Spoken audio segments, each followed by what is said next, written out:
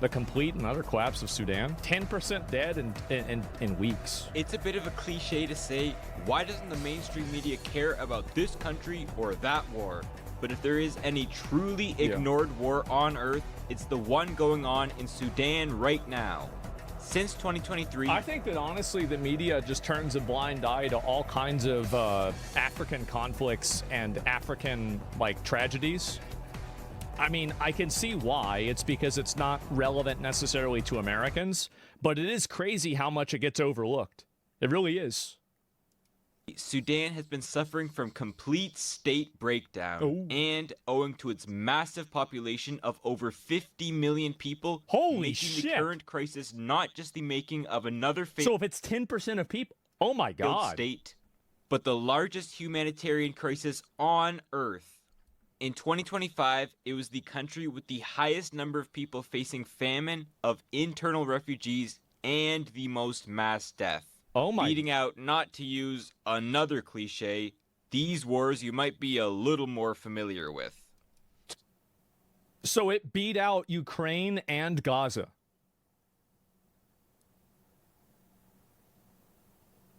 Wow.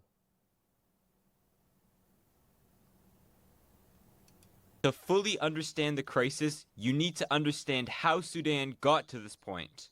But first, let me just try to share how awful Sudan's civil war is in under 6 minutes. Okay, all right. The chain of events started when longtime dictator Omar al-Bashir was ousted after months of popular protests, triggered by economic collapse. Weighing into pressure, the armies called into the capital to defend him instead turned on him in April of 2019. Damn. So it's like a civil war. Forced him out, giving the military power for a few months to go through a transitional phase. Two military sects held power together, the Sudanese Armed Forces and the Rapid Support Forces. A paramilitary and business empire which grew out of the Arab supremacist Janjaweed militia. Which, by the way, translates in English to devils on horseback. Damn.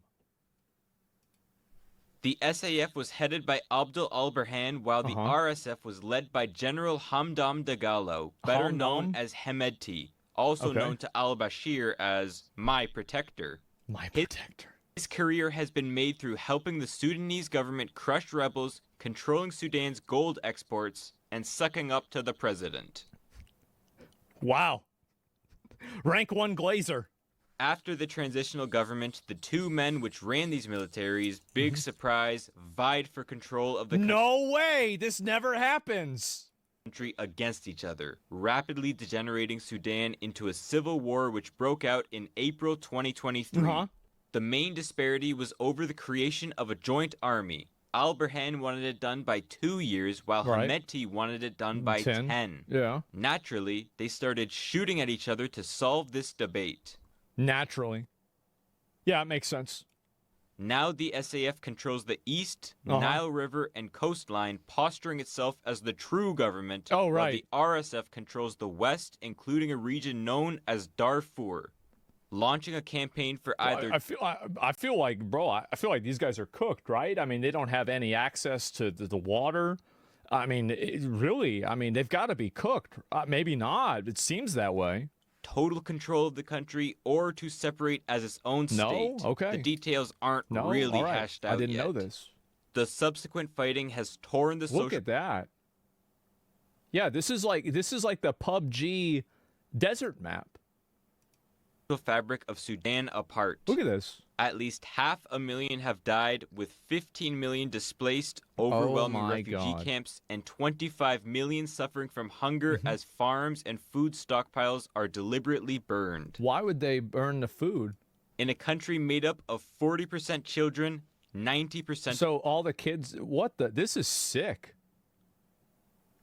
...of them are out of school. This is total collapse. Wait, so 90% of the kids are out of school. Oh my God. Sudan has seen many civil wars in its history, but none reaching into its major cities. This time around, Sudan's capital and cultural center, The Tri-City area of Khartoum has seen clashes and airstrikes, so much so that Al Burhan has had to flee to Port Sudan. When fighting couldn't be done between these groups, the army switched to civilians, indiscriminately bombing hospitals, schools, holy shit, markets, and residential areas. Much of the fighting, though, is centered around Darfur. Super surprised it hasn't been covered much in Western countries. It's because people just don't give a fuck what happens in Africa. Like, it has no effect on anybody, really. That's the reason why nobody talks about it. I mean, like, I understand that's like a very raw and, like, fucking direct way to say it, but I don't think I'm wrong. A notoriously arid land which has traditionally been Sudan's poorest region. There, the RSF has won victory after victory, receiving aid through a corridor it captured to East Libya.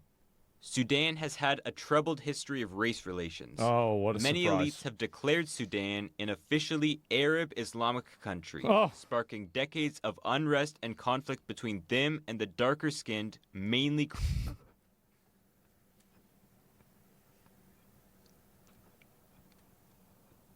I wonder if, like, people will ever get over this shit. Like, will we ever be in a world where, like, why are you so brown? Where's my gun? Can somebody get my gun? I need to use it right now. Like, really? I wonder if it's ever going to stop.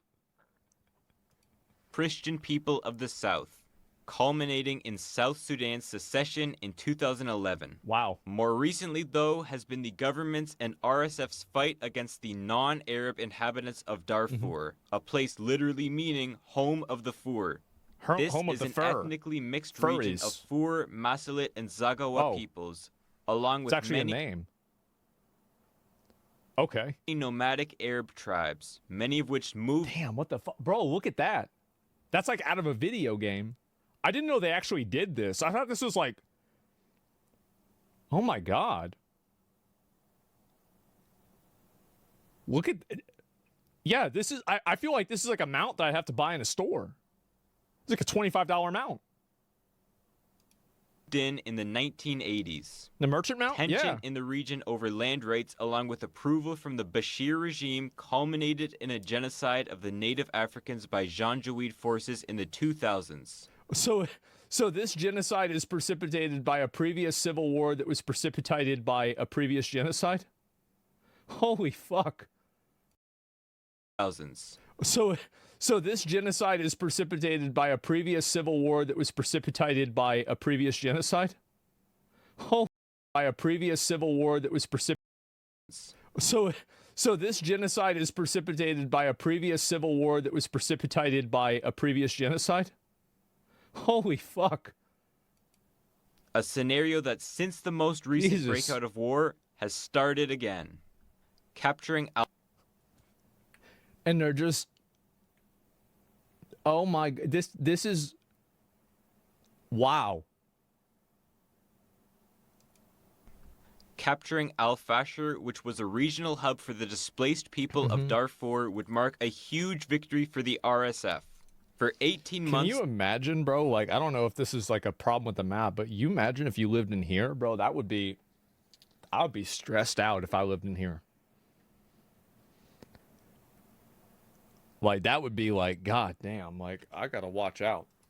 18 months, they sieged the city, cutting food and medical supplies, building a wall of dirt around the city, and shooting anybody who tried to escape. Wait, that's the wall. So...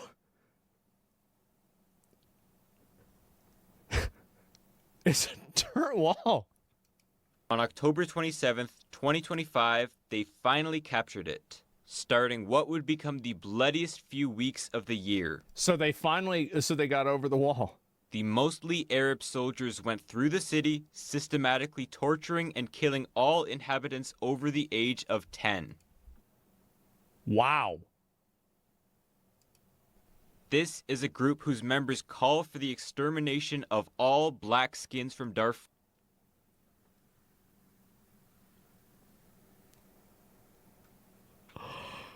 Wow. Darfur, shouting that women will soon have Arab babies, and who've posted these atrocities all over social media. Oh my God. We want those in Port Sudan to jump into the sea so the fish will eat them? The northern state, it's something else. You all will head there only for the women.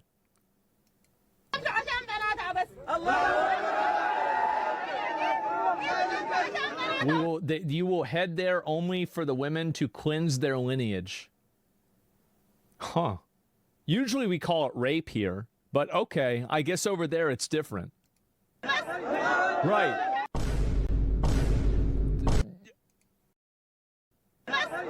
Right.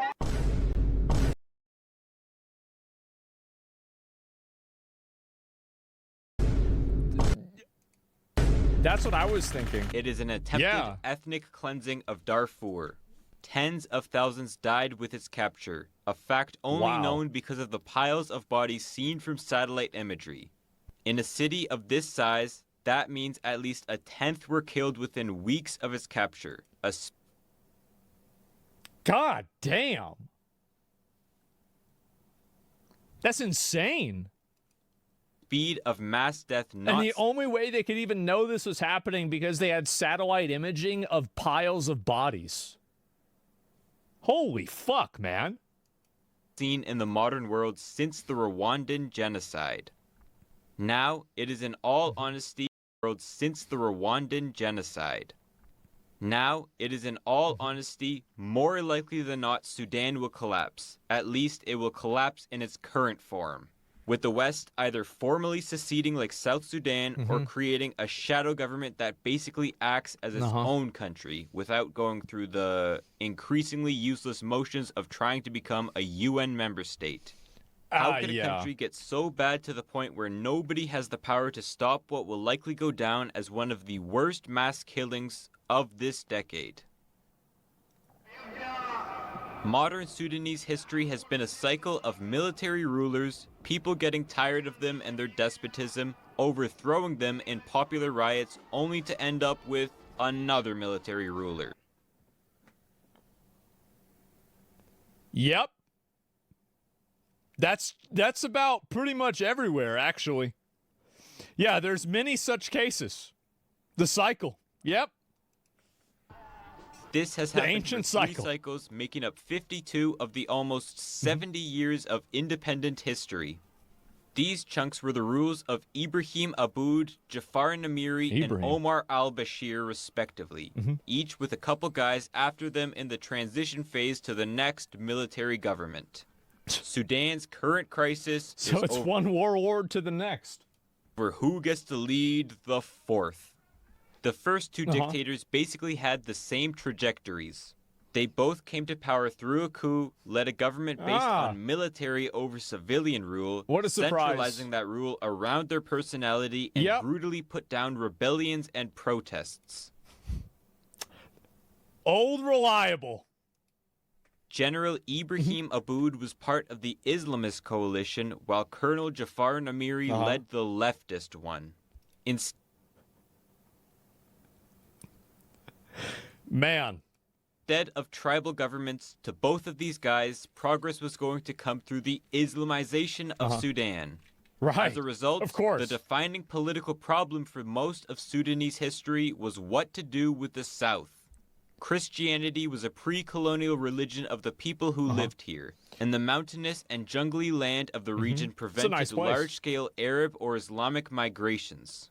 The primary solution the northerner elites thought of was to integrate it into a larger Islamic Sudan. Oh, okay. The first constitution of the country already sowed divide when it was written for an explicitly Arab-Muslim nation. Wow. Both then tried to Islamize the South, and both faced organized military backlashes in 2 different civil wars. Damn.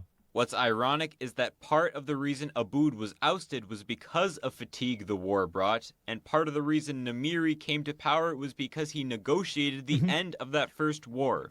Good. Namiri then went back on that and did what the Islamists... This is why nobody talks about it. Who will you support, the commies or the Muslims? That's true. Yeah, this is like a leftist Like, you have to shoot your wife or your daughter. Right? I mean, it's like, what do you do? Oh my God, right? Like, it's impossible. Like, what do you, yeah, like, oh God.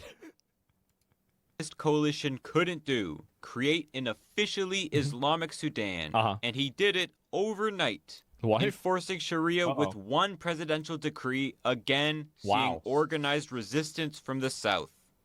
So for the first 5 or so decades of independent Sudanese history, the defining motivating force of the military governments was to keep the South in the country through mostly violent means, killings and burning villages. What the fuck? And they're trying to push their religion on them? Oh, wow, big surprise. That didn't work. The waves of war would kill and expel millions. Yep. Mass killings, which would be history-defining for most other countries, were just a part of the enslavement into the 2000s. So they still do this. The long history of these wars. What didn't help the peace was the discovery of oil in the South. Here comes America. Which would represent a great help to the cotton-dependent nation. The national refinery to process it would be built near Khartoum, rather than in the south where it was originally planned for. And the main so they build it in an area where they have control over it. Yeah, it makes sense. To export in Port Sudan. Yeah. So to get it here, a pipeline would have to be built across the country, keeping the south dependent on the north for economic growth, of which it saw almost none. I drink your milkshake. I've seen this before. Yeah. No oil was exported until the 2000s. Oh, how about that? Also planned was the Jonglei Canal project to transfer water from the marshy south upstream to the north. The government promised foreign investors Sudan would have a green revolution with this project. A green revolution? More arable land than the rest of the Arab world combined. Southerners protested for the rights to their own oil revenue and water resources. So the government promised development projects for the South. Oh, they said it was going to happen. None of which were kept. Oh, it didn't happen. So they said it was going to happen, didn't happen. That makes sense. In fact, the entire canal project was scrapped when the conflict intensified. Oh, okay. So, yeah. This second bout of fighting would begin the longest civil war in African history, ending in the breakup of the country. Was that 28 years? They try to shut me down. Somebody says it's Jewish space lasers. Oh, wow. I don't know what else it could be. Not them again? Yeah. Convince America to fund its campaign against these socialist agitators, while their funds came from communist Ethiopia. So America. But after decades of fighting, the SPLM started explicitly calling for separation from the North. Oh, wow. What changed for them was the start of the third military cycle. Another one.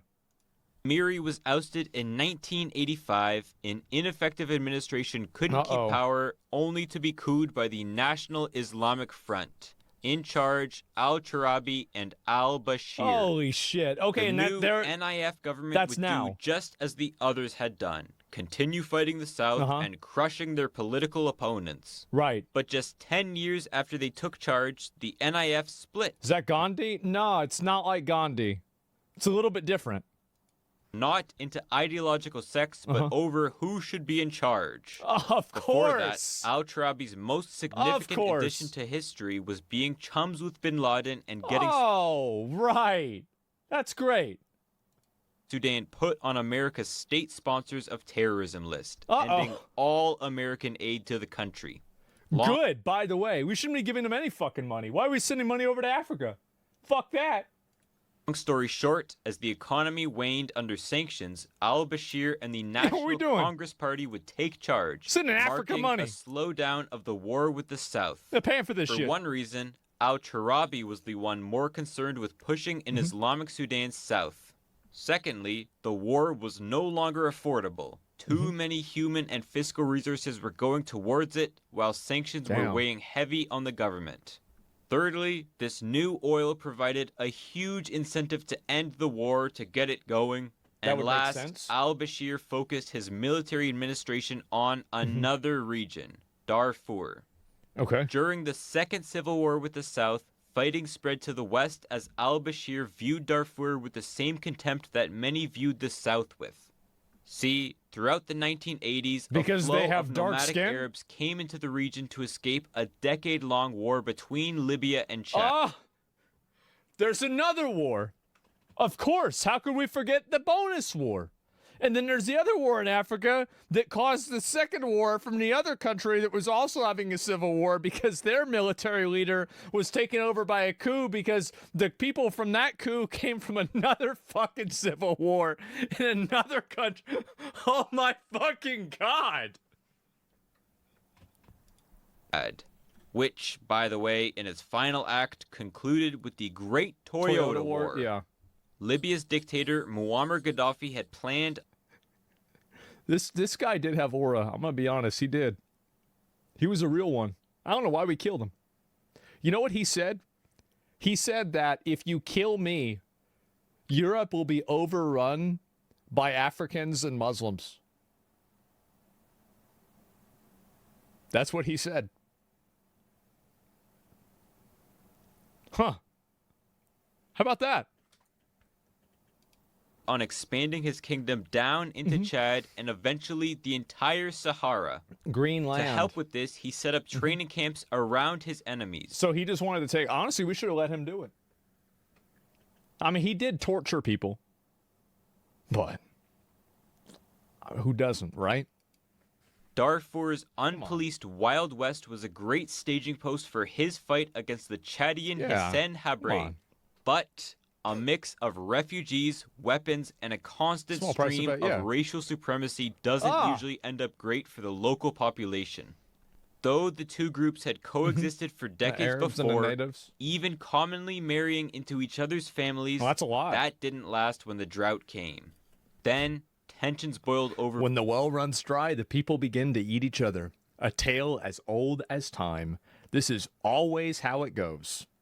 Between native farmers and the nomadic herders over what little water supplies remained. What followed was complete breakdown, to the point where the police had to beg for fuel so they could do their routine patrols. And it was around this time when devils on horseback started to float around in relation to these new Chadian professional fighters. So when Gaddafi failed to take Chad, many nomadic Arabs stayed in Darfur. Years of Arab oppression went by before they revolted under the Sudan Liberation Movement and the Justice and Equality Movement. Fearing the region would end up like South Sudan. The Justice and Equality Movement. I wonder what that was. Al-Bashir empowered the Janjaweed to do as they pleased. Burn villages and kill locals en masse. Wait, so he just let them go and do whatever Okay. Wow. Because many in the forces aren't paid, they've been incentivized to loot as much as they can. So they don't give them money because they're just going to steal it. Bro, look at those stairs. This is a PUBG map. What is this? Oh my God. Leaving behind empty apartments, offices, and shops, leaving refugees to swell in makeshift tent cities in the suburbs. Jesus. The Darfurian genocide saw the deaths of at least 500,000 people throughout the Second Civil War. Holy an atrocity shit. which Hemeti played a key and personal genocide role in, and one which also made al-Bashir the first head of state ever to be indicted by the International Criminal Court for his role in masterminding it. What happened to him? As the military shifted its focus here, it left the South to negotiate their way out of the whole mess. Al-Bashir was open to it, and in 2005 they signed the Comprehensive Peace Agreement, outlining the post-war divisions of wealth and power, as well as giving the South the option to secede by 2011. Part of the reason I got a bad feeling about this one. NCP viewed the South as a distinct people rather than a vacuum to be filled. Another, the American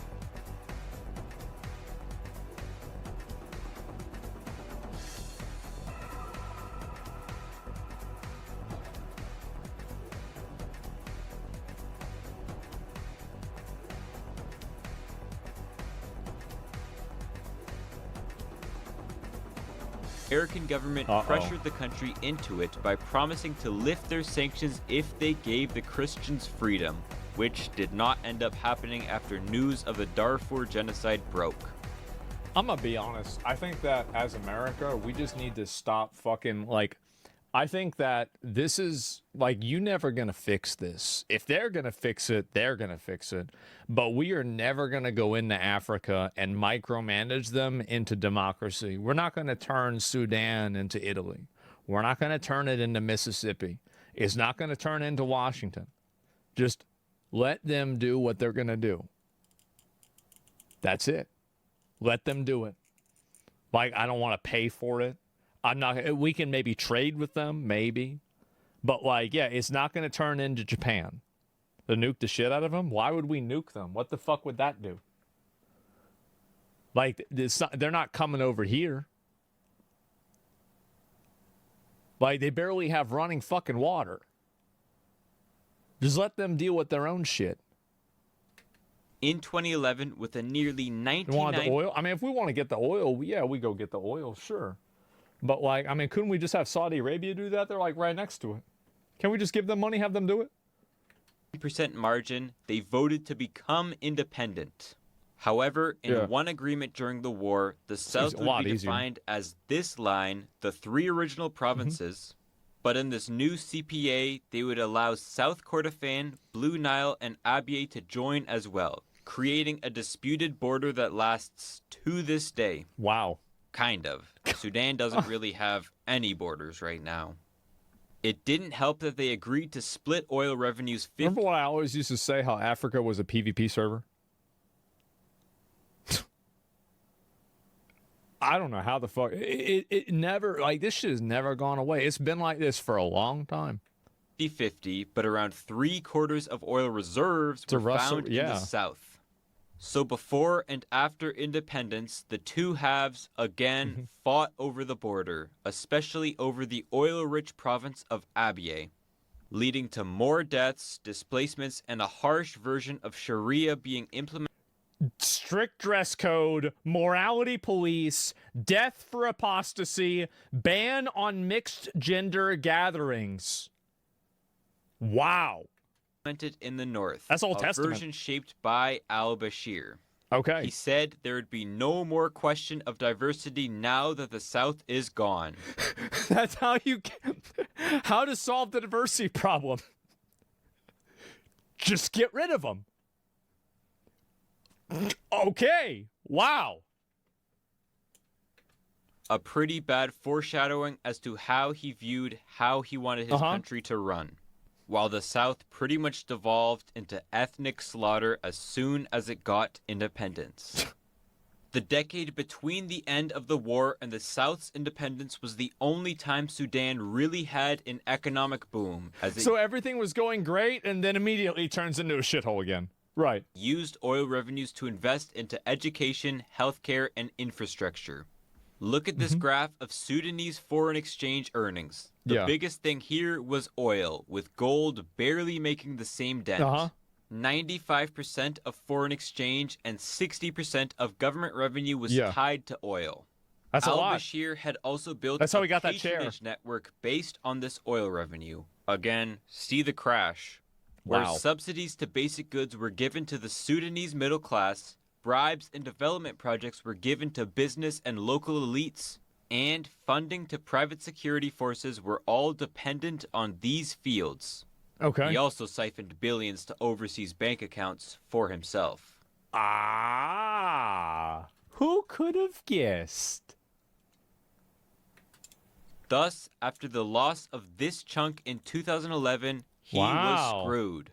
From its peak of $10 billion in 2010, foreign exchange earnings fell to around $300 million in 2016. 3% of what they were. Al-Bashir then tried to ramp up pipeline costs to Port Sudan, which the South Sudanese president responded with murder-suicide, seizing to transport all oil through the pipe.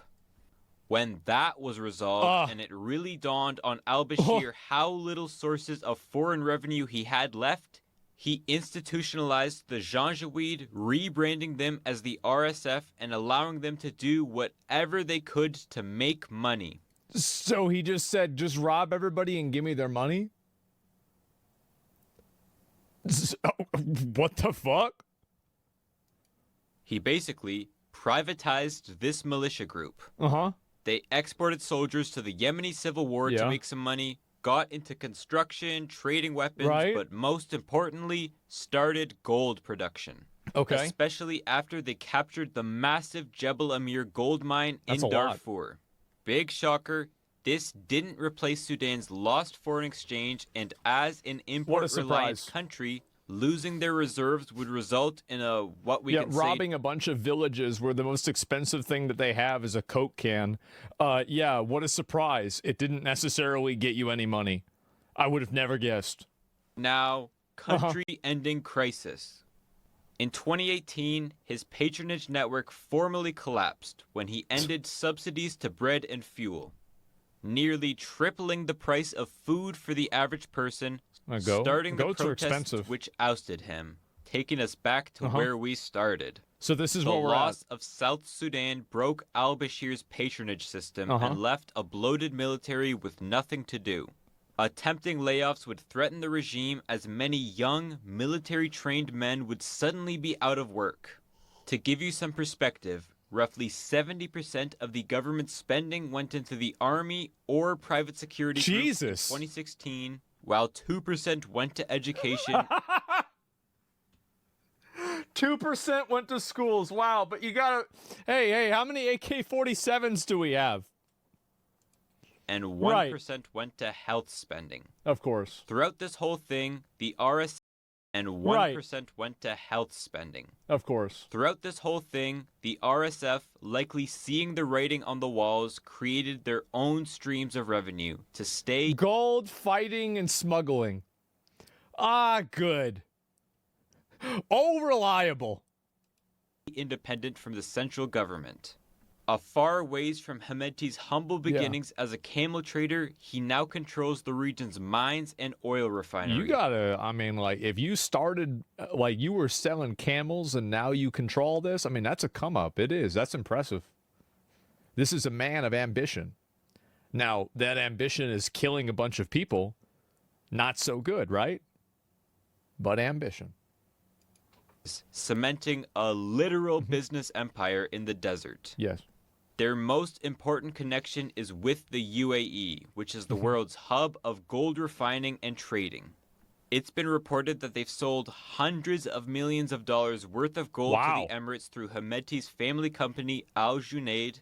And so everybody there must be great, and they must be rich, right? Everybody got the money from that? The Emirati government has funded the paramilitary with smuggled weapons and aid through the eastern Libyan corridor. They're giving them with the AK-47s and of course, they officially deny all of this, but the Emirati business interests in the country are too great. It's one of the biggest gold-producing regions on Earth. And by placing a bet on the RSF winning the war or seceding, they can keep growing their position as the world's gold superpower. Damn. They also rely on Sudan for food imports, as it was an al-Bashir program to sell some of Sudan's farmland to many Middle Eastern powers for their own food security, seeing what a lack of it could lead to. Yeah, I guess so. Keeping Sudan semi-functioning is just in the interest of the Emirates. And according to some experts, if they withdrew tomorrow, there's a good chance the war would end real quick. So they don't want to end the war because then they would stop making money. Man. See, they do it too. It's not just us. See? How about that? Also involved in the war are Russia's Wagner Group, also betting on the RSF to win. Wait, isn't that like a fucking, like, Blackwater? Yeah, that's like some, like, fucking mercenary group.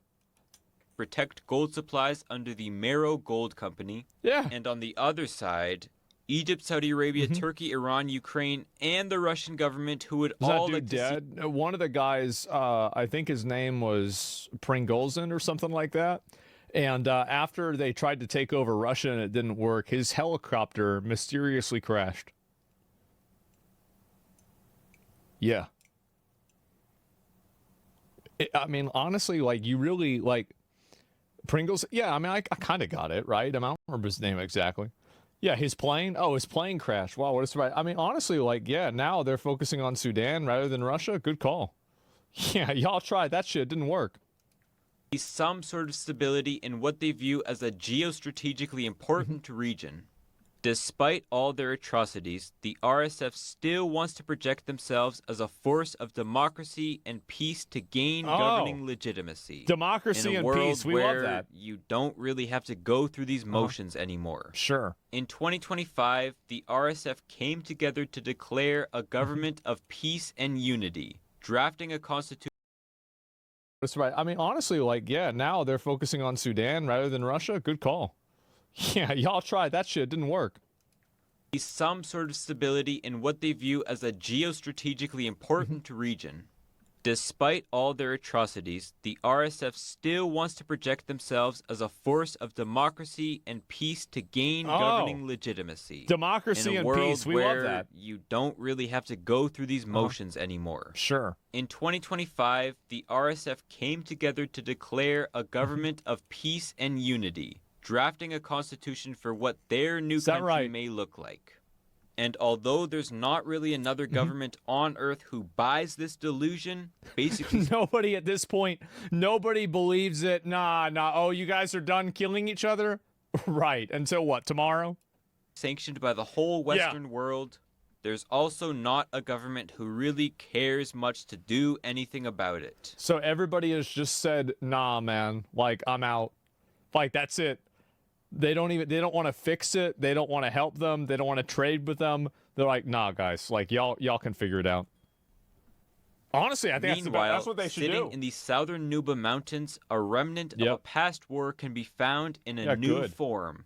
Distracted by the civil war, the SPLM has attacked and set up a little republic of New Sudan, comprising about 500,000 people. Of course. They've started their own English language schools, made their own court system outside of Islamic law, and have started the fight for a Western-style secular democracy.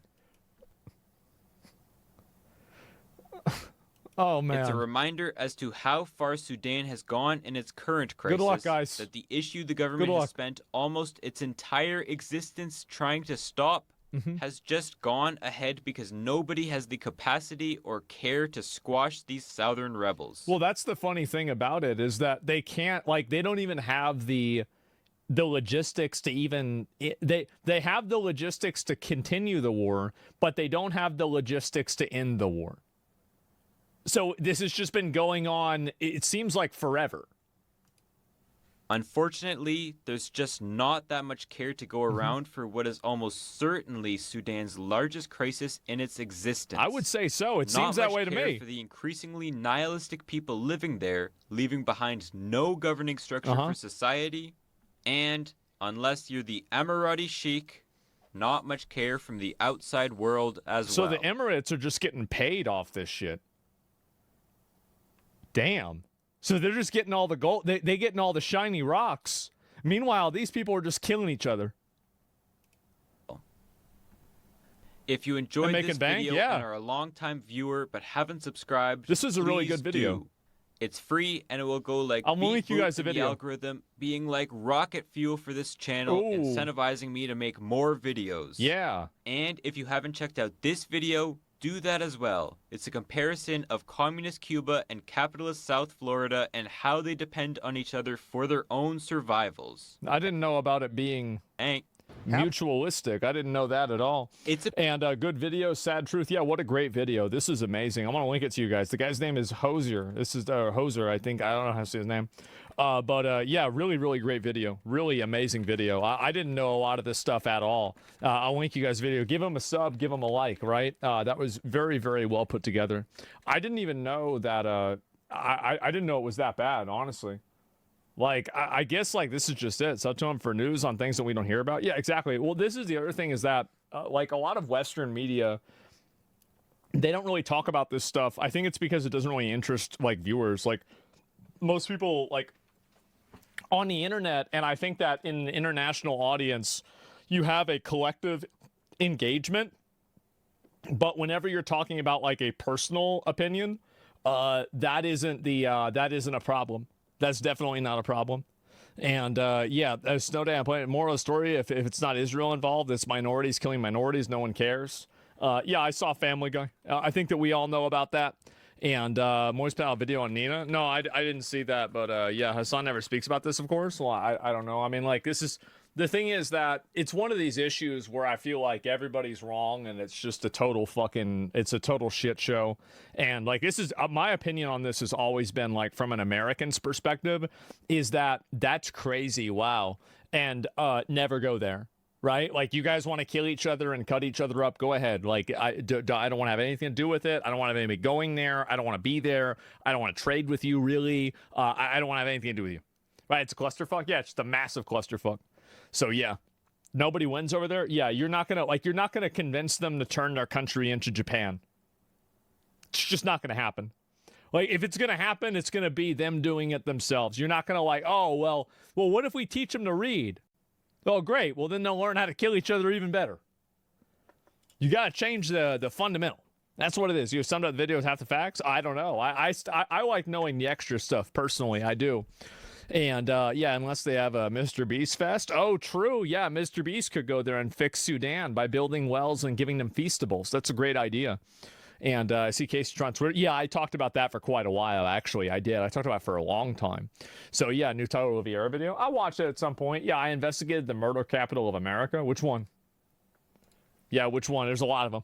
Yeah, I'm not sure. And should we just conquer Africa? No, I don't want to micromanage a bunch of fucking Africans.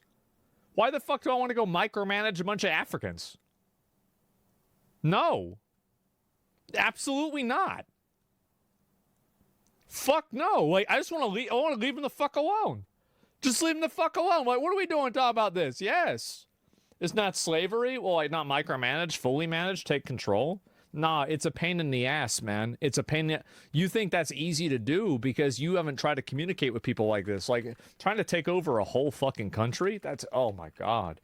Absolutely not. Like, life started there? Yeah, and it can stay there. Like, they can stay there. They can deal with it. Yeah, if Africans built America, why can't Africans build Africa? Because Africans didn't build America. Like, if somebody tells you to build something, it doesn't mean that you really built it yourself, right? I mean, like, let's be honest. Slaves built America. Yeah, right. Like, if slaves built America, then why are the places that they came from not built up? It's very clearly because they didn't.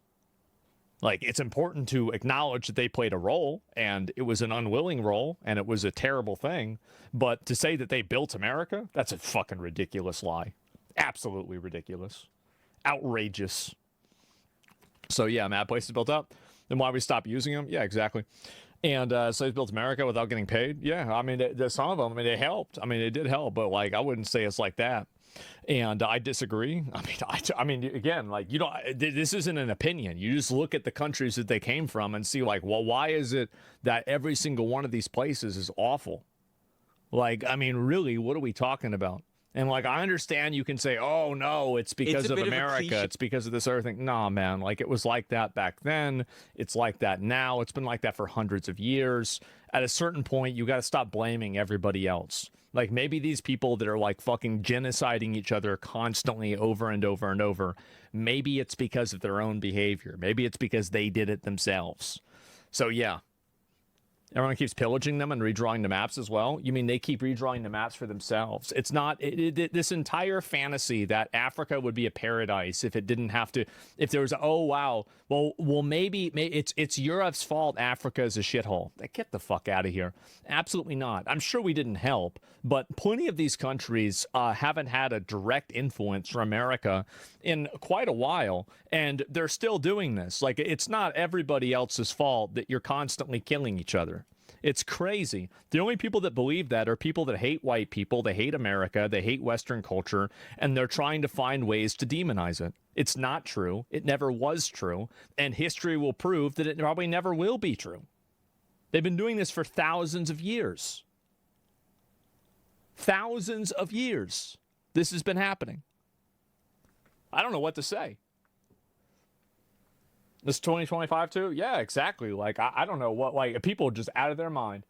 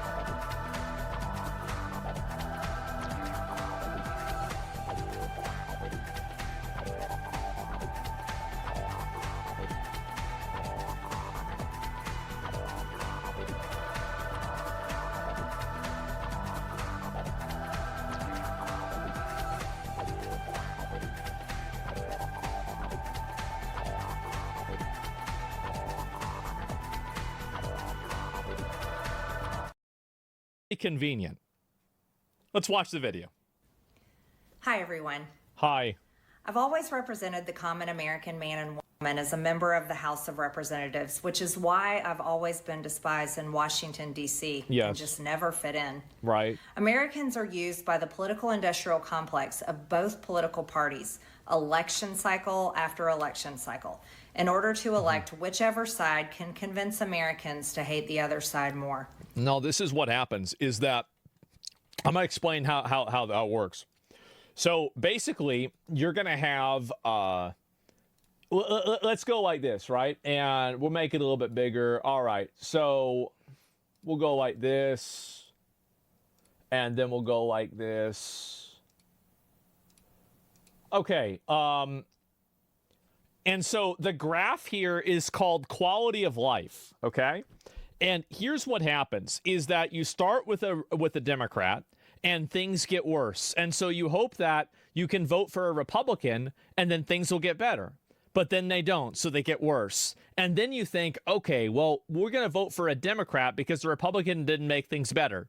And then they get worse. And then you think, well, this Democrat didn't fucking do anything. All right, well, we're going to vote for a Republican this time. Then things will get better. But then they get worse. And then so now you have a Republican, so you think to yourself, okay, well, you know what we need to do? We need to get a real Democrat in here like we used to have all the way back up here. And then if we do that, now things will get better. And so they vote for a Democrat, and then things get worse. And so then after that, they think, all right, well, listen, we've had Democrats a long time, but does anybody remember the good old days of Reagan or George Bush? Well, you know what we need to do? We need to vote for a Republican. So then they vote for a Republican, and then things get worse. This is it. This is welcome to the last 50 years. This is it. That's what happens. That's the reason why it ping-pongs back and forth behind the different parties. Because neither one of them deliver on their promises, neither one of them improve the quality of life, and they all are basically surviving on ping-ponging nostalgia from the previous president that they mistakenly believe was actually trying to help them, but at the time, the previous president made it worse themselves. So that's it. That's what's happened. And the results are always the same. Mm-hmm. No matter which way the political pendulum swings, Republican or Democrat, nothing ever gets better for the common American man or woman. No, they don't. The debt goes higher, corporate and global interests. Oh, and by the way, every graph supports what I'm saying. All of the graphs agree with me. Remain Washington sweethearts. American jobs continue to be replaced, whether it's by illegal labor or legal labor by visas or just shipped overseas. Yep, she's right. Small businesses continue to be swallowed by big corporations. Americans' hard-earned tax dollars always fund foreign wars, foreign aid, and foreign interest. And the spending power of the dollar continues to decline. That's right. The average American family can no longer survive on a single breadwinner's income. Well, this has been the case for 40 years. As both parents have to work in order to simply survive. Exactly. And today, many in my children's generation feel hopeless for their future and don't think they will ever realize the American dream. It's because they won't, because you got to be asleep. That's the reason why. There are some people that will be successful, but the reality is that that number is getting smaller, and the barrier to entry for a life of dignity is becoming higher every single year. It will become harder and harder to live a life of dignity. It's harder now than it was 10 years ago. It was harder 10 years ago than it was 20 years ago. And 10 years from now, it will be even harder than it is today. And that breaks my heart. That's the way it is. I ran for Congress in 2020 and have fought every single day believing that Make America Great Again meant America first. I have one of the most conservative... Why would you think that if Trump has never said anything negative about Israel? And if you can think of one negative thing that Trump said about Israel, you can find 50 other positive things that he said about it. Trump has said, even before he was president, that he would push on having a war with Iran. He said he was going to end wars already. Like, I feel like with that, he's definitely delivered on it. Now, you can make the argument that, like, he didn't say these certain things about China, etc. But I would say that in a lot of cases, he's actually been relatively I think he's been relatively globalist. I mean, not entirely, and much less than like somebody like Obama, for example, but he's been relatively globalist for a very long time. Voting records in Congress, defending the First Amendment, Second Amendment, unborn babies, because I believe God creates life at conception. That's nice. And I love to fight for the little guy. Strong, safe borders. I have fought hard for that.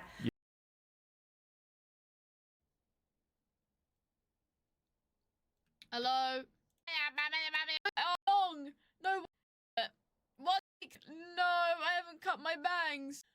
My bangs are too long. She goon material emotes. This Harry. Oh my. Harry. Yesterday on stream chat, I was drunk. And Loki. It was one of the most, like, lame streams I've ever done. Right? Listen. Everyone's like, oh my god. Everyone's like, oh my god, drunk stream. Oh my god, drunk stream. No. When I get drunk, because I'm so fucking mental anyway, right? When I get drunk, it mellows me out.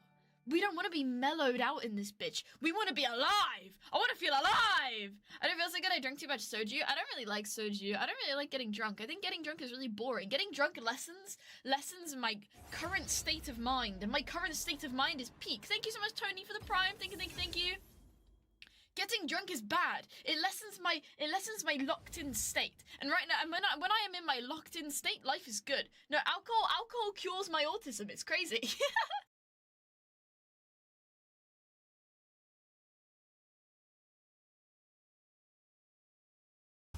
I'm being stream sniped. Just hope your day is good. Thank you. Hope your day is great too. Thank you. You're just like who? I don't even know who this is. Bro, don't go out anyway. The only way. Yeah. But when I go to I go to an event. I was at DreamHack, and this girl walks up to me with her mother, and I'm like, there's a little woman walking up to me with her mother. What is about to happen? And she is wearing the Tenshi merch. this 15-year-old, I found out she was 15, but this 15-year-old girl was wearing my merch, and she was shaking, and she said, chat, Pinky promise this is the best day of my life. This is the best day of my life. She said to me, I'm also autistic, and you're the reason I started streaming. And she came up to me with her mom. Pinky promise? Genuinely? There she is! I'm VIPing you! I'm VIPing you! You're getting VIP'd, you're getting VIP'd, you're getting a follow, and you're getting VIP'd.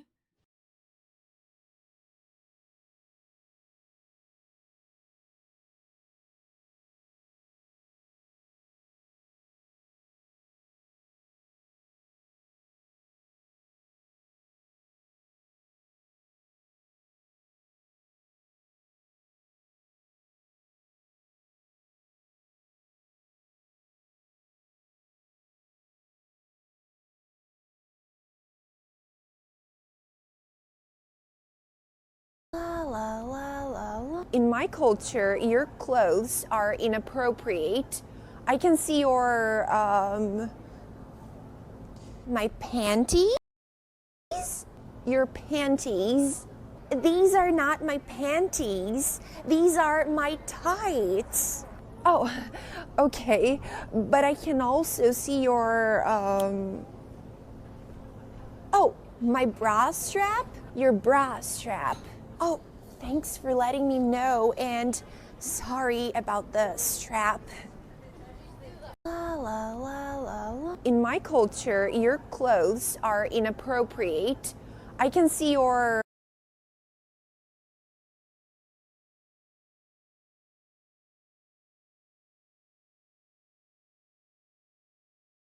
This diet monster has been linked to liver damage, gut health, inflammation.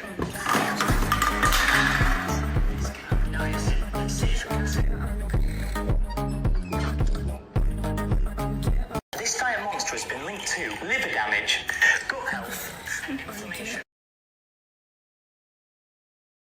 Have you ever wondered why the design of aluminum cans has never really changed? Sure, there are plenty of Have you ever wondered why the design of aluminum cans has never really changed? Sure, there are plenty of life hacks online to open them different ways, but Monster decided to completely rethink their can. A few years ago, Monster introduced Monster Import, and the biggest change was the top of the can. Instead of a normal pull tab, it now had a reusable plastic opener. At first, it seemed brilliant. You could open the can, nothing would break, and then just close it and stash it in your backpack. But in Europe, the redesign backfired. People started rejecting the new cans because they couldn't recycle them properly. Aluminum and plastic need to be separated, and no one knew how to remove the plastic top from the aluminum can. What looked like $1 million idea ended up causing mass confusion. Have you ever wondered why the design of aluminum cans has never really changed? Sure, there are plenty of life hacks online to open them different ways, but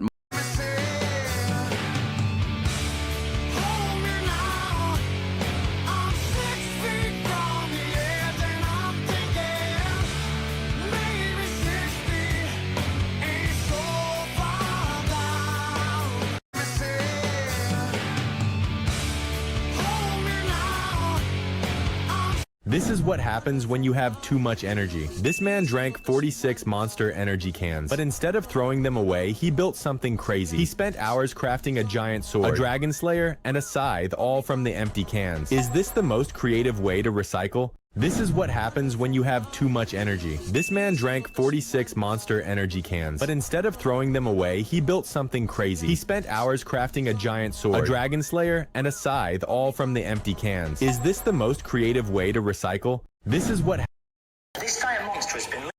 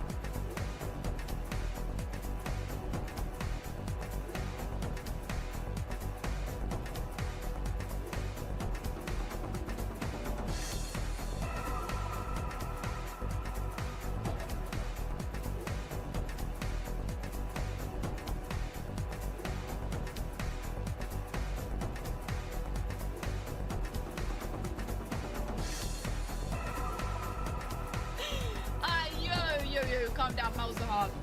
I don't know how it does it, but it does. And the streamer see me from Boxing Day with the in-laws. Oh, I am so sorry. I'm so glad I'm here for you. I'm here for you, man. Don't worry. Don't worry.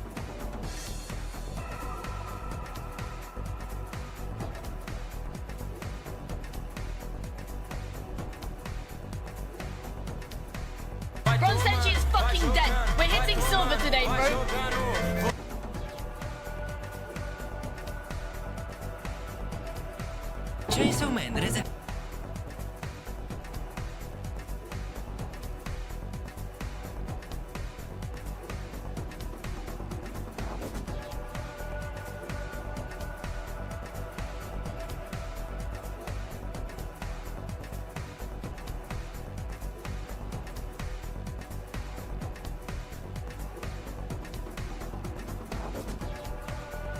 Me loud, me funny. Do you have daddy in your name because no woman will call you it otherwise? Serious question. I get a lot of. He goes out in the street and the women fall to his feet, bro. Panties drop on the floor as this man steps out the door.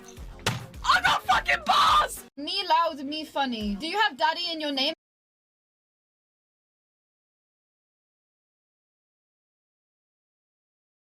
Wait, watch this.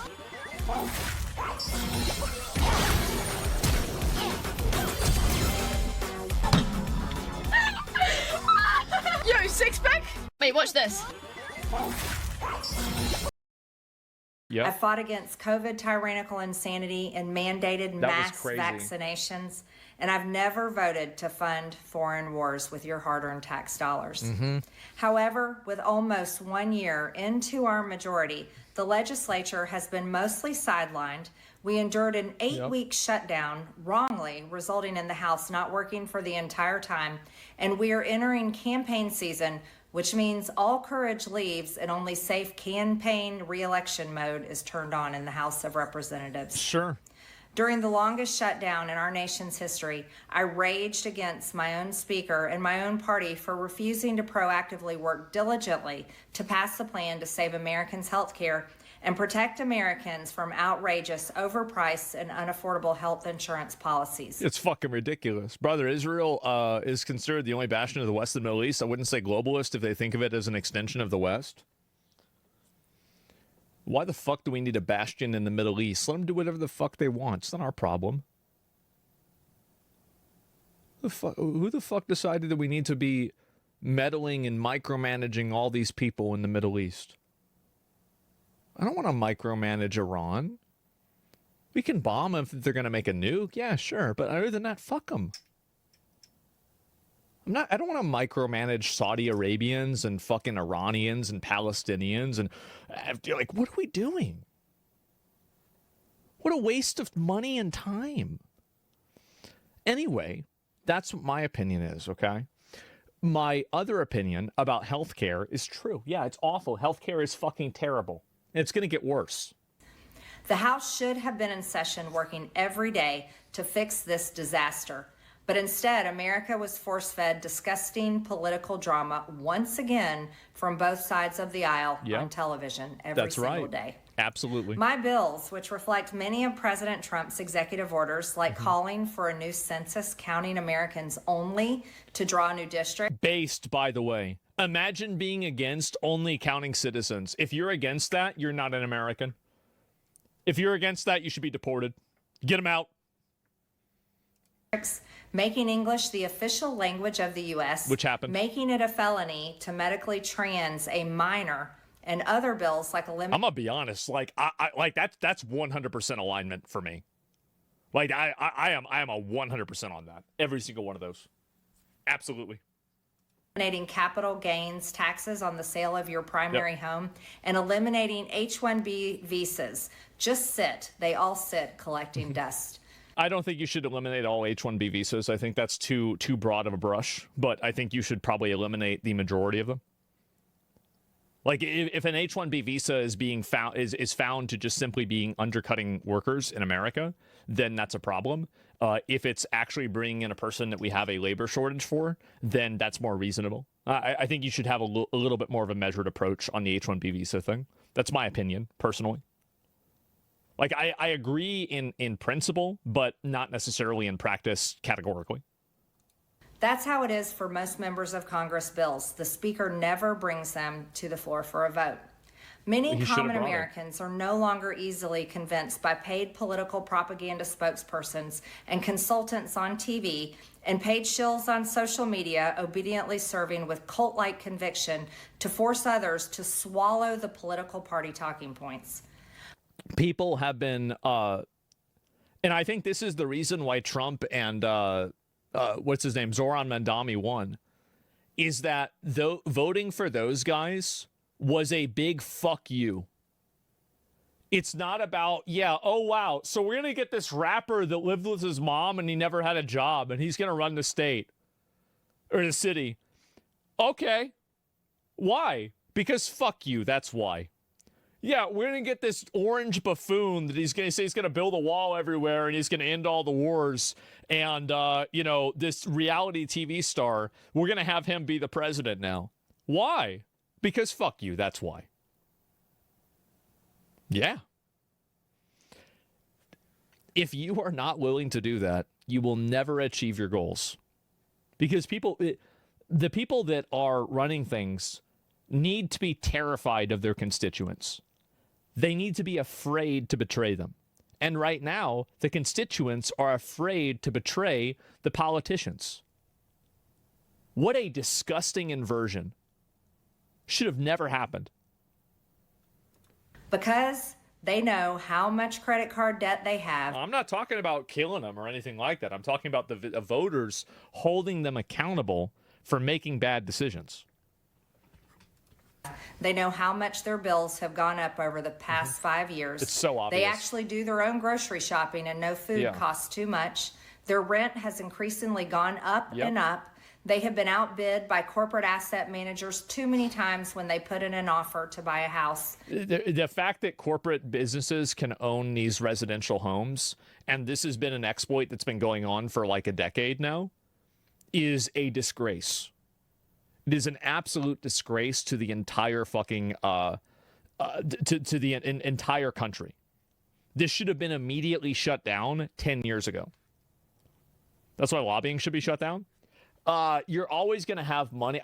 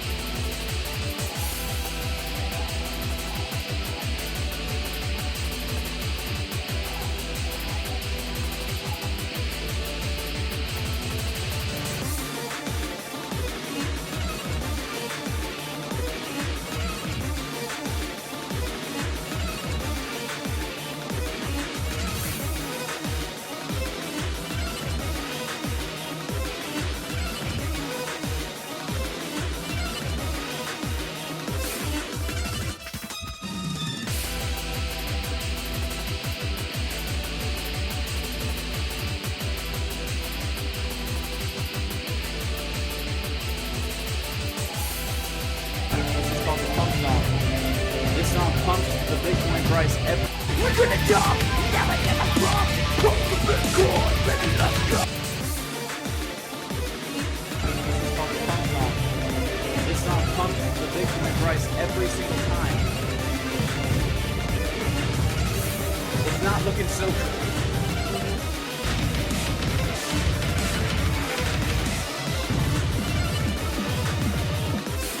Pumping.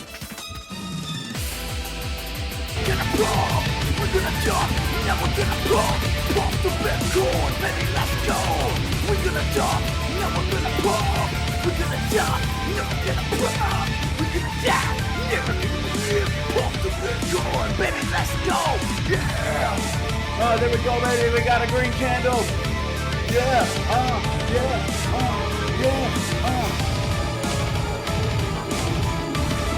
Come on, Bitcoin, come on.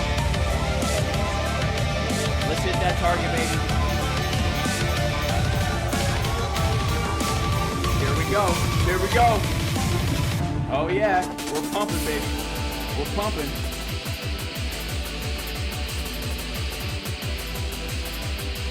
We are.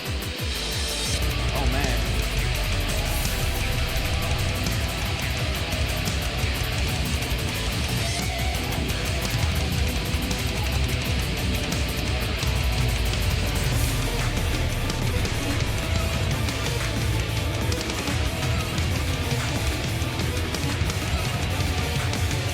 We're gonna pump the Bitcoin straight to 100K. Let me see your banana. Pump the Bitcoin straight to 100K. Let me see your banana. Oh, we're dumping, but let me see your banana. I know we're dumping, but let me see your banana. Now we're pumping straight to the moon. Now we're pumping straight to the moon.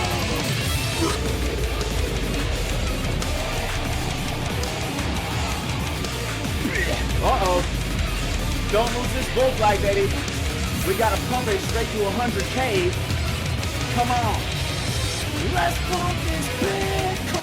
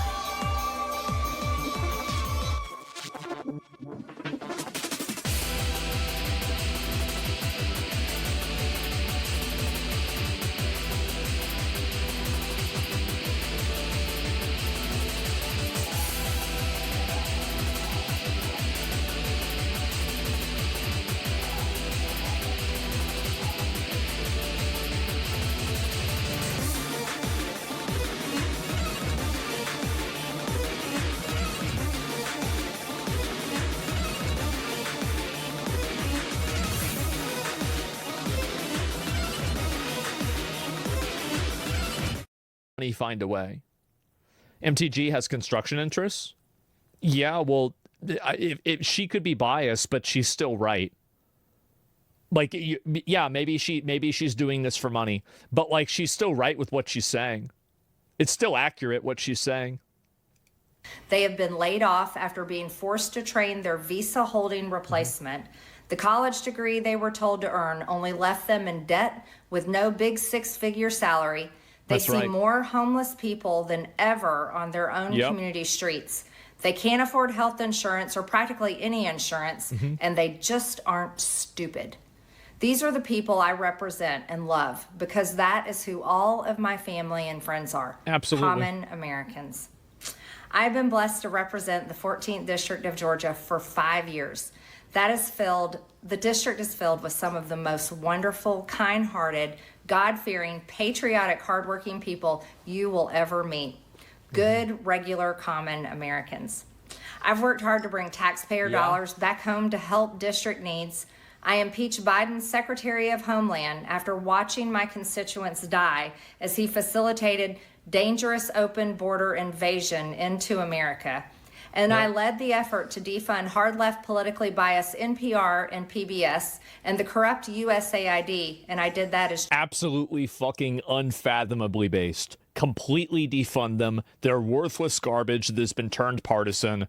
I would completely get rid of these people. Absolutely. Chair of the DOJ subcommittee. I have fought harder than almost any other elected Republican to elect Donald Trump and Republicans to power. I traveled the country for years. I spent millions of my own money. I missed precious time with my family that I can never get back. And I showed up in places like outside the New York courthouse in Collect Pond Park against a raging leftist mob as Trump faced Democrat lawfare. Meanwhile, most of the establishment Republicans who secretly hate him and who stabbed him in the back and never defended him against anything have all been welcomed in right after the election. I think that's what you should do, though. Like, I mean, the thing is that you do have a huge problem of a lot of, and this is politicians, this is like Republicans and Democrats don't have a monopoly on this. This is just like a meta level problem. I think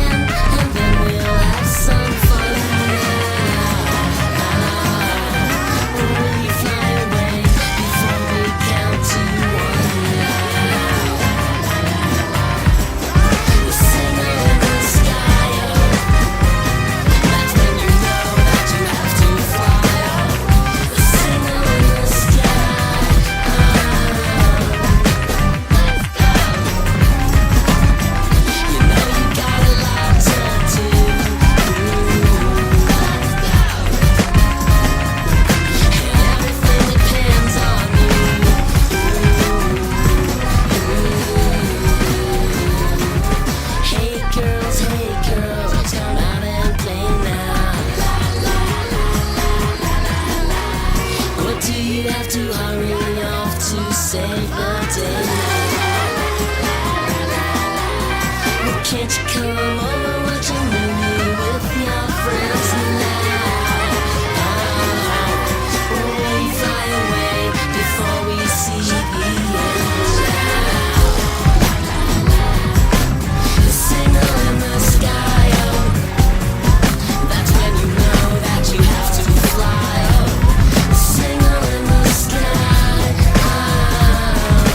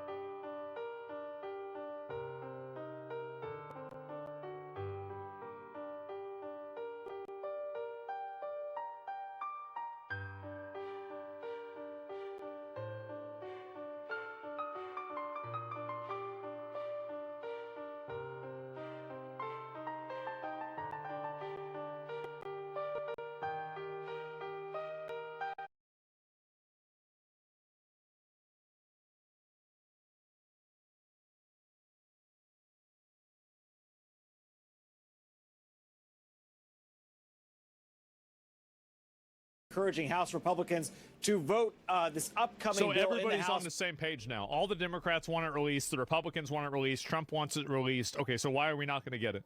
Which would basically compel the Department of Justice to release its files on the convicted sex offender Jeffrey Epstein, who died in prison back in 2019. Let me show you the post on Truth Social overnight. The president saying House Republicans should vote to release the files because we have nothing to hide and it's time to move on. Why didn't you do that at the beginning? This was so unnecessary. This Democrat hoax perpetuated by radical left lunatics in order to deflect from the great success of the Republican Party. Right, sure. Trump added, let's start talking about the party's record-setting achievements and not fall into the Epstein trap, which is actually a curse on the Democrats, not us. Now, the president has repeatedly called this Epstein probe, which has gained steam on Capitol Hill, even in just recent days, a hoax. Someone knocked on the door loudly. When it opened, their order had already arrived. But the man, upset that his drink had been sipped, snatched it from the courier's hands. The girl courier looked sad and asked for her drink back, since it was actually hers, not part of the order. Realizing his mistake, the man quickly apologized and promised to give a 5-star rating. But there was one thing he forgot: returning the courier's drink.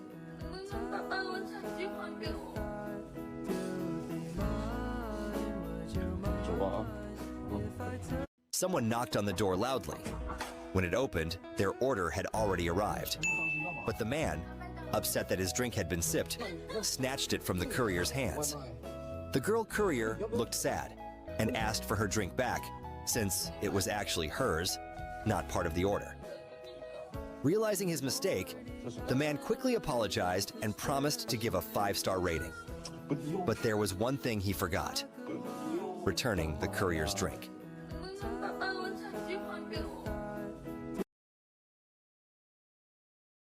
The internet is saying this female wrestler is a problem because despite weighing only 125 pounds, she's an absolute beast in the ring. She destroys anyone who steps up, no mercy. Her signature move is locking you up while striking the cutest pose. Meanwhile, you're over there fighting for your life. And yeah, boys aren't safe either. So, be honest, do you think you could take her? The internet is saying this female wrestler is a problem because despite weighing only 125 pounds, she's an absolute beast in the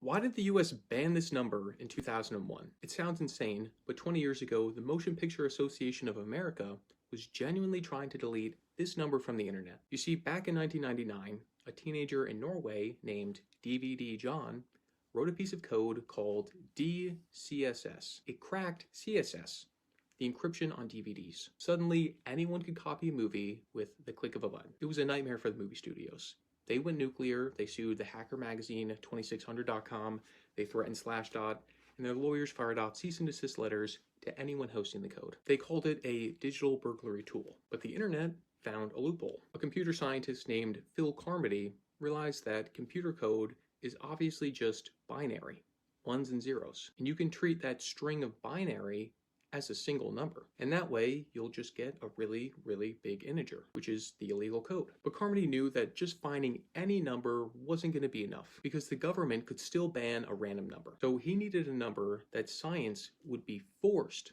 to protect. He needed a prime number. You see, the University of Tennessee maintains a prestigious academic database called the prime pages. It records the 5,000 largest known prime numbers. Carmody realized if he could turn the illegal code into a record-breaking prime number, the university would have to publish it. His first attempt was 1,401 digits long. It was prime, but it was too small. It didn't crack the top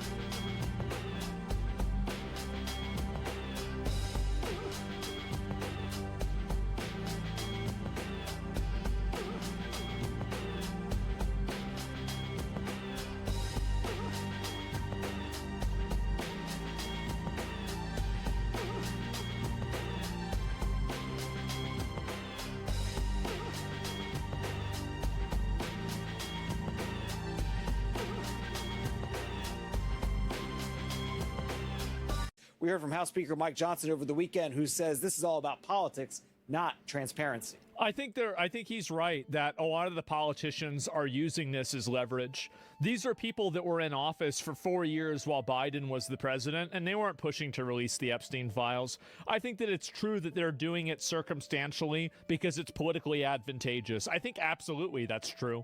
But it's such a big issue that I literally do not care about what their motives are. I don't care about what their goals are. My only goal is getting the files out. So whatever leads to the conclusion of the files being released is something that I will agree with and something I will support.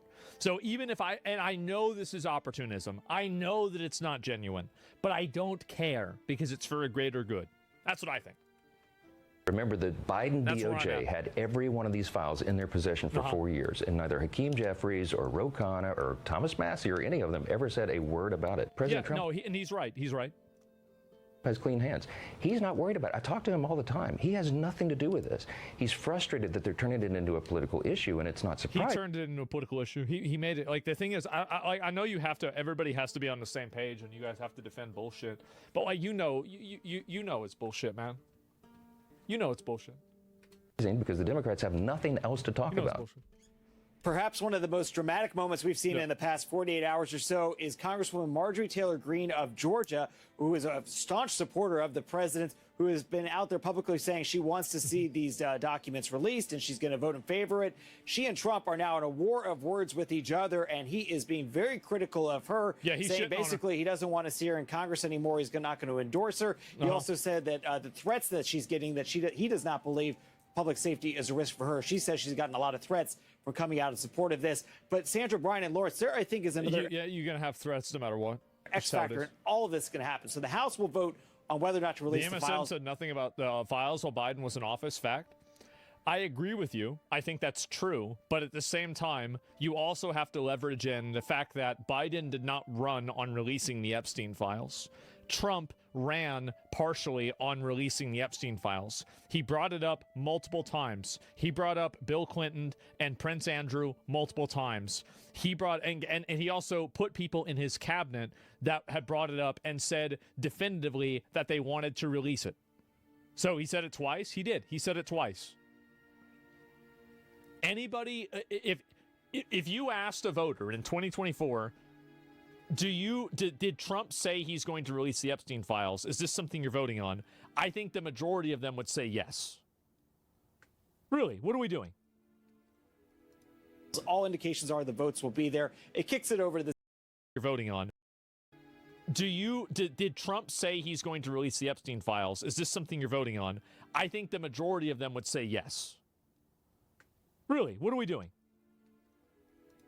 All indications are the votes will be there. It kicks it over to the Senate. We don't know what the Senate is going to do, whether or not it would actually get a vote there. And then there's always the possibility of a presidential veto, which would kick this issue back to Congress. And we'll see if the president has any more to say on the timeline of how that could happen when he speaks a little bit later on today. Lawrence, Brian, and Sandra.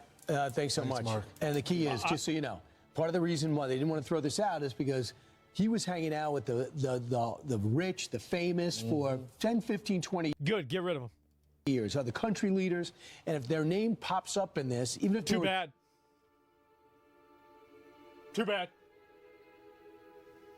Shouldn't have been there. That's what happens.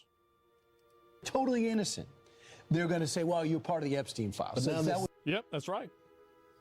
Shouldn't have done it. Part of it's out. It's going to be out. And then it's just do you think it will be, though? I mean, the Senate. No, I think it's gonna have so many people that like if you get named in the Epstein files, it doesn't mean you're a pedophile. It doesn't, because there's probably going to be plenty of people in there that were just friends of his and associates that he was just doing business with, or like associates, or like acquaintances with. Sure. Yeah, absolutely. I think it's sus, but like I would rather cast a wider net than a smaller net. I would rather have. This sounds terrible, right? But again, I don't care. I would rather have people have to prove their innocence than some people go free that are guilty. And I don't care if there's collateral damage. Too bad. That's life. You'll survive. Yeah, the Senate, if the president tells the Senate to do it, they'll do it, I guess. One even more Yeah, there it is. And I agree, man. I do. Thomas Massey just grilled Kash Patel, FBI, on attempted cover-up. Here we go.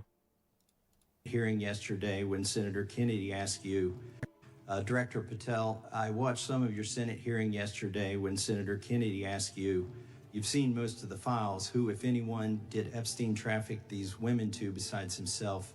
You replied, according to the transcript, there is no credible information that he trafficked them to anyone else. You also said somewhere in the hearing and here today that the problem is that the case files are constrained by limited search warrants from 2006 to 2007 and that the non-prosecution agreement hamstrung future investigations.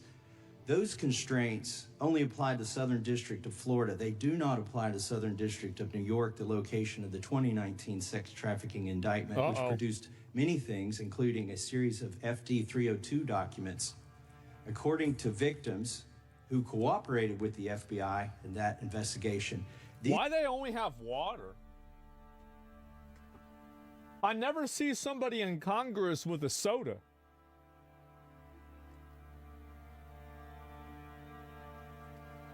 These documents in FBI possession, your possession, detail at least 20 men, including Mr. Jess Staley, CEO of Barclays Bank, who Jeffrey Epstein trafficked victims to. What? Victims including minors, such as Virginia Roberts.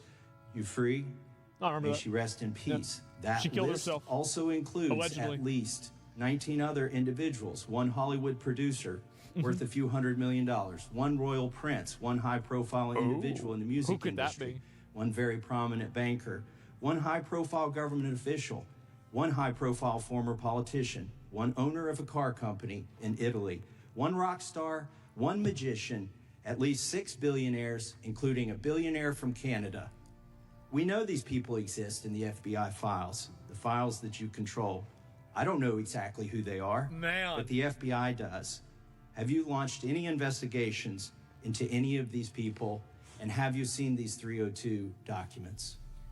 Have you done an Sir, I investigation? have asked my FBI agents to review the entirety of the Epstein files and bring forth any credible information. And we're working with Congress not only to divulge that information and produce it to you, but any investigations that arise from any credible investigation will be brought. There have been no new materials brought to me launching a new indictment. So is the loophole here, or is it your assertion that these victims aren't credible, that the 302s maybe didn't produce credible statements that rise to a probable cause? It's not my assertion, sir. It's the assertion of two different United States attorneys' offices from 3 separate administrations who investigated those same materials in lifetime. Are the 302 documents in the FBI's possession? They reviewed all that, yes, sir. And so have you reviewed those 302 documents that where the victims name the people who victimized them? If I personally know, but the FBI has. You gotta get your shit together, man. You gotta get your shit together. This is you gotta figure out who it is. Like this guy, and here's what's sad. Am I the only person that had like very, very high expectations for this guy? Like I was very, very positive about him. I was really hoping that he would do some work. Only you? No, it wasn't me. Go back, watch the videos at the beginning of the year. People were very positive about him. So how can you sit here and in front of the Senate and say there are no names? I said I named one today. I said we are not in the practice at the Department of Justice FBI of releasing victims' names.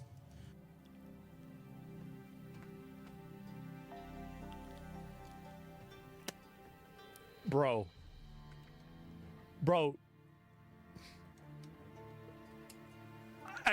What are we doing here? Like this is it's so embarrassing. Like honestly, this is pathetic. This really is fucking pathetic. Wow. We gotta do something about this. He gotta go. Something gotta happen. Like it's not the same cash. Like really, it's not. Like this is crazy. What was the question? It wasn't that answer. I'll tell you that. Certainly wasn't that. This is weird, bro. This is really weird. Does he see the pedos as victims? I don't know. Like listen to this again. Who victimized them? If I personally know, but the FBI has. Listen to this again. So how can you sit here and in front of the Senate and say there are no names? There are no names. And he's talking specifically about the names of the people that were listed in the different testimonies. I named one today. So let me get this straight. So the banking executive that was having women trafficked to him by Jeffrey Epstein was one of the victims. Is that correct, Cash? Is this accurate? We are not in the practice at the Department of Justice FBI of releasing victims' names.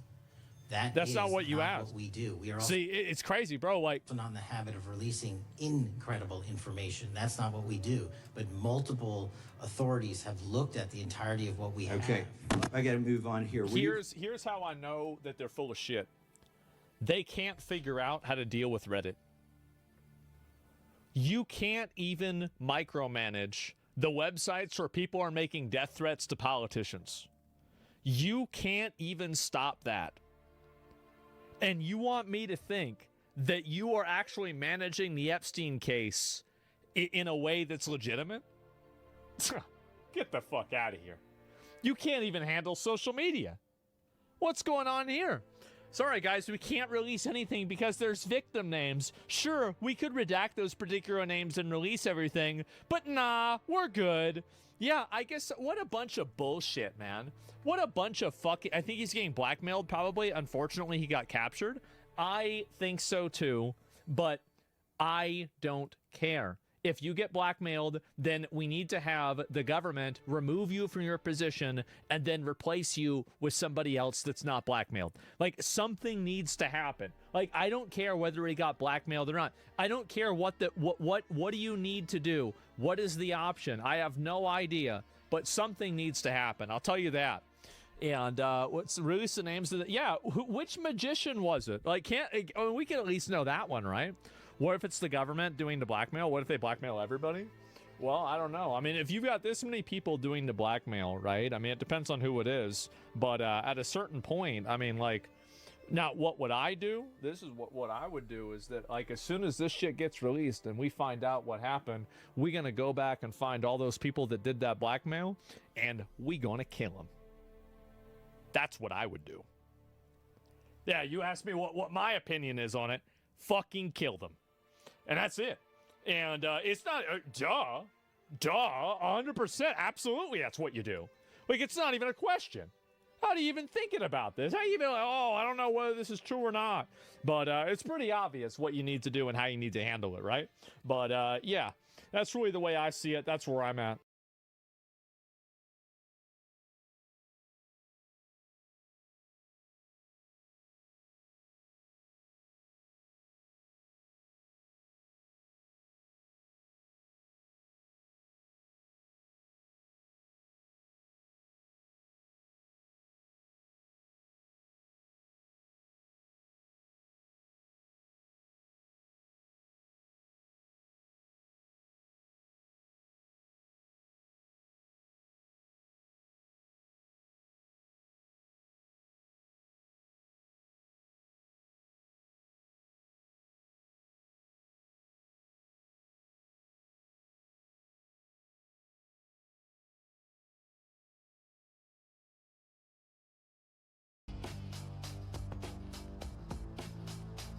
Hello, guys and gals, me Mutahar, and boy oh boy, these emails, they just keep getting darker, ladies and gentlemen. But you know, one of the reasons why I wanted to kind of make this video is because ultimately, at the end of the day, I feel like we're covering these sort of Epstein emails, and I just want some actual justice done.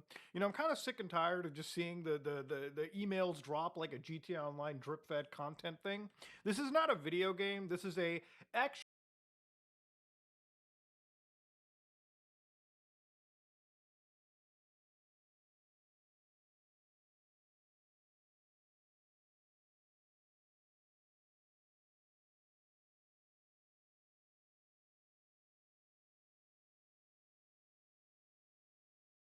Hello, guys and gals, me Mutahar, and boy oh boy, these emails, they just keep getting darker, ladies and gentlemen. But you know, one of the reasons why I wanted to kind of make this video is because ultimately, at the end of the day, I feel like we're covering these sort of Epstein emails, and I just want some actual justice done.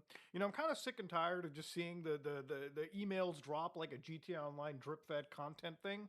This is not a video game. This is a actual serious criminal operation that had taken place, and something that needs to be seen. There's got to be some justice, okay? There's got to be justice at the end of the day. So yeah, yesterday was Christmas, so Merry Christmas to those who celebrate, Happy Holidays to those who don't, yada yada yada. Trump apparently was having a field day when it came to the old Truth Social. Now, it's one of my favorite apps on the phone because it almost feels like I'm connected to the internet's grandpa that way. So he says, Merry Christmas to all, including the many sleazebags who loved Jeff, gave him bundles of money, went to his island, attended his parties, and thought he was the greatest guy on earth, only to drop him like a dog when things got too hot.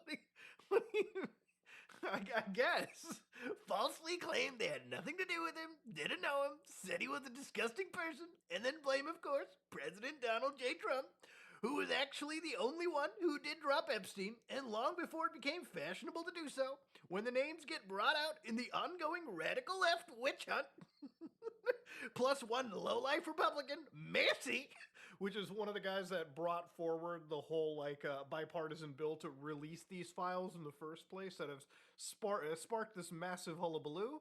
It's been revealed that they're all Democrats. Sorry, I can't keep doing the Trump voice. There will be a lot of explaining to do, much like there was when it was made public that the Russia hoax was a fictitious story, yada yada yada. Total scam that had nothing to do with Trump.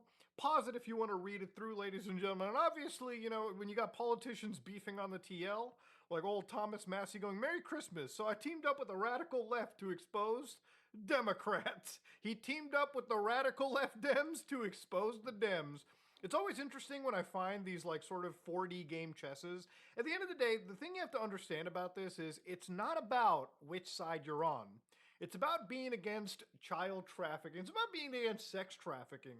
If you're at a point where your political ideologies ever jump in front of you and say, I gotta defend people that might potentially be predators, dog, you gotta do some serious fucking soul searching at that point. Now, obviously, I feel like the entirety of the internet has sort of treated this like it's one big joke, like especially amongst the biggest people. Like, I remember Elon Musk saying, I want to say a few months ago, time to drop that really big bomb.